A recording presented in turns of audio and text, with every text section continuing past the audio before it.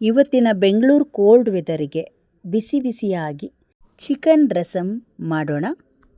ಒಮ್ಮೆ ಮಾಡಿ ತಿಂದರೆ ನೀವು ಪಿದಾಗಿಬಿಡ್ತೀರ. ನೀವೇನಾದರೂ ಅವತ್ತು ಬಿರಿಯಾನಿ ಮಾಡಿದರೆ ನೀವು ರಸಮ್ ಊಟನೇ ಕೇಳ್ತೀರ. ಬನ್ನಿ ಇವತ್ತಿನ ರಸಮ್ ರೆಸಿಪಿ ಹೇಗೆ ಮಾಡೋದು ಅಂತ ನೋಡೋಣ.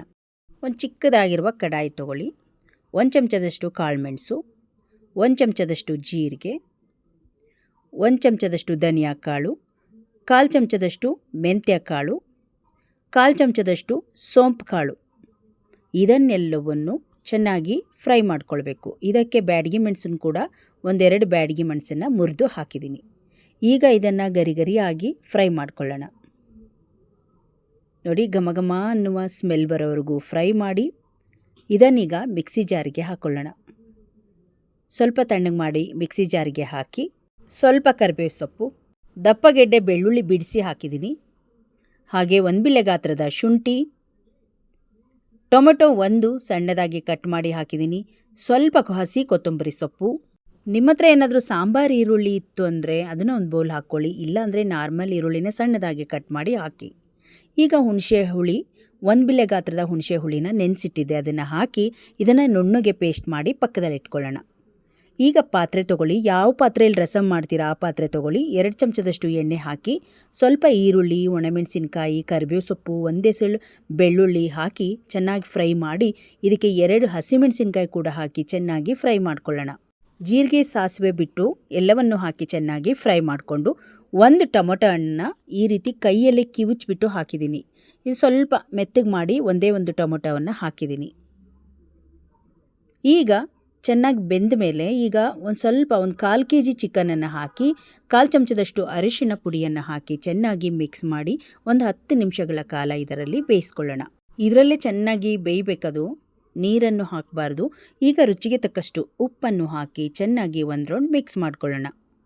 ನಿಮಗೆ ಎಷ್ಟು ಚಿಕನ್ ಬೇಕೋ ಅಷ್ಟು ಹಾಕ್ಕೊಳ್ಬೋದು. ನಾನಿಲ್ಲಿ 1/4 kg ಚಿಕನ್ನಲ್ಲಿ ಮಾಡಿದ್ದೆ. ಈಗ ರುಬ್ಬಿರುವ ಮಸಾಲವನ್ನು ಹಾಕಿ ಚೆನ್ನಾಗಿ ಮಿಕ್ಸ್ ಮಾಡ್ಕೊಳ್ಳೋಣ. ಈಗ ಇದರ ಹಸಿ ಅಂಶ ಹೋಗೋವರೆಗೂ ಒಂದು 10 ನಿಮಿಷಗಳ ಕಾಲ ಇದನ್ನು ನೀರು ಹಾಕದೆ ಹಾಗೆ ಫ್ರೈ ಮಾಡಬೇಕು. ಈಗ ಒಂದು ತಟ್ಟೆಯನ್ನು ಮುಚ್ಚಿ ನೀರು ಒಡ್ಕೊಳ್ಳುತ್ತೆ, ಅದೇ ನೀರು ಒಡ್ಕೊಳ್ಳುತ್ತೆ. ನೋಡಿ, ಇವಾಗ ನೀರು ಒಡ್ಕೊಂಡಿದೆ. ಚಿಕನ್ ಕೂಡ ಒಂದು 3/4% ಬೆಂದಿದೆ. ಈಗ ನೋಡಿ, ಇದನ್ನು ಚೆನ್ನಾಗಿ ಮಿಕ್ಸ್ ಮಾಡಿ ಈಗ ನಿಮಗೆ ರಸಮ್ಗೆ ಎಷ್ಟು ಬೇಕಾಗುತ್ತೋ ಅಷ್ಟು ನೀರನ್ನು ಹಾಕ್ತಾಯಿದ್ದೀನಿ. ನಾನು 3-4 ಕಪ್ಪಷ್ಟು ನೀರನ್ನು ಹಾಕ್ತಾಯಿದ್ದೀನಿ. ನೋಡ್ತಾ ಇರ್ಬೋದು. ಹಾಕಿ ಚೆನ್ನಾಗಿ ಮಿಕ್ಸ್ ಮಾಡಿಕೊಂಡು ಇದನ್ನು ತಟ್ಟೆ ಮುಚ್ಚಿ ಒಂದು 10 ನಿಮಿಷಗಳ ಕಾಲ ಬೇಯಿಸ್ಕೊಂಡು ಬನ್ನಿ. ಘಮಘಮಿಸುವ ಚಿಕನ್ ರಸಮ್ ರೆಡಿಯಾಯಿತು. ಇದಕ್ಕೆ ಕೊತ್ತಂಬರಿ ಸೊಪ್ಪು ಜಾಸ್ತಿನೇ ಬೇಕಾಗುತ್ತೆ.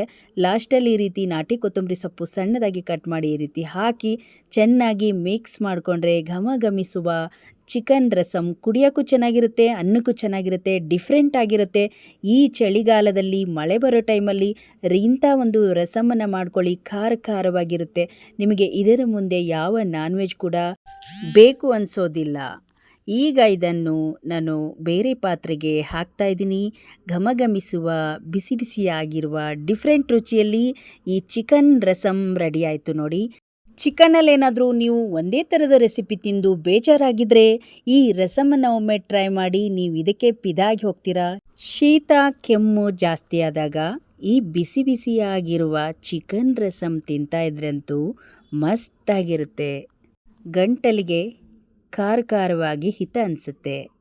ನೋಡಿದ್ರಲ್ಲ ಸ್ನೇಹಿತರೆ, ಇವತ್ತಿನ ಬಿಸಿ ಬಿಸಿ ಊಟ ಚಿಕನ್ ರಸಮ್. ತಡ ಯಾಕೆ ಮಾಡ್ತೀರಾ? ವಿಡಿಯೋ ಸೇವ್ ಮಾಡಿಕೊಂಡು ಸಂಜೆನೇ ಟ್ರೈ ಮಾಡಿ. ಇವತ್ತಿನ ವಿಡಿಯೋ ನಿಮಗೆ ಇಷ್ಟ ಆದರೆ ಒಂದು ಲೈಕ್ ಮಾಡಿ, ಫೇಸ್ಬುಕ್ ಪೇಜನ್ನು ಫಾಲೋ ಮಾಡಿ. ಧನ್ಯವಾದಗಳು.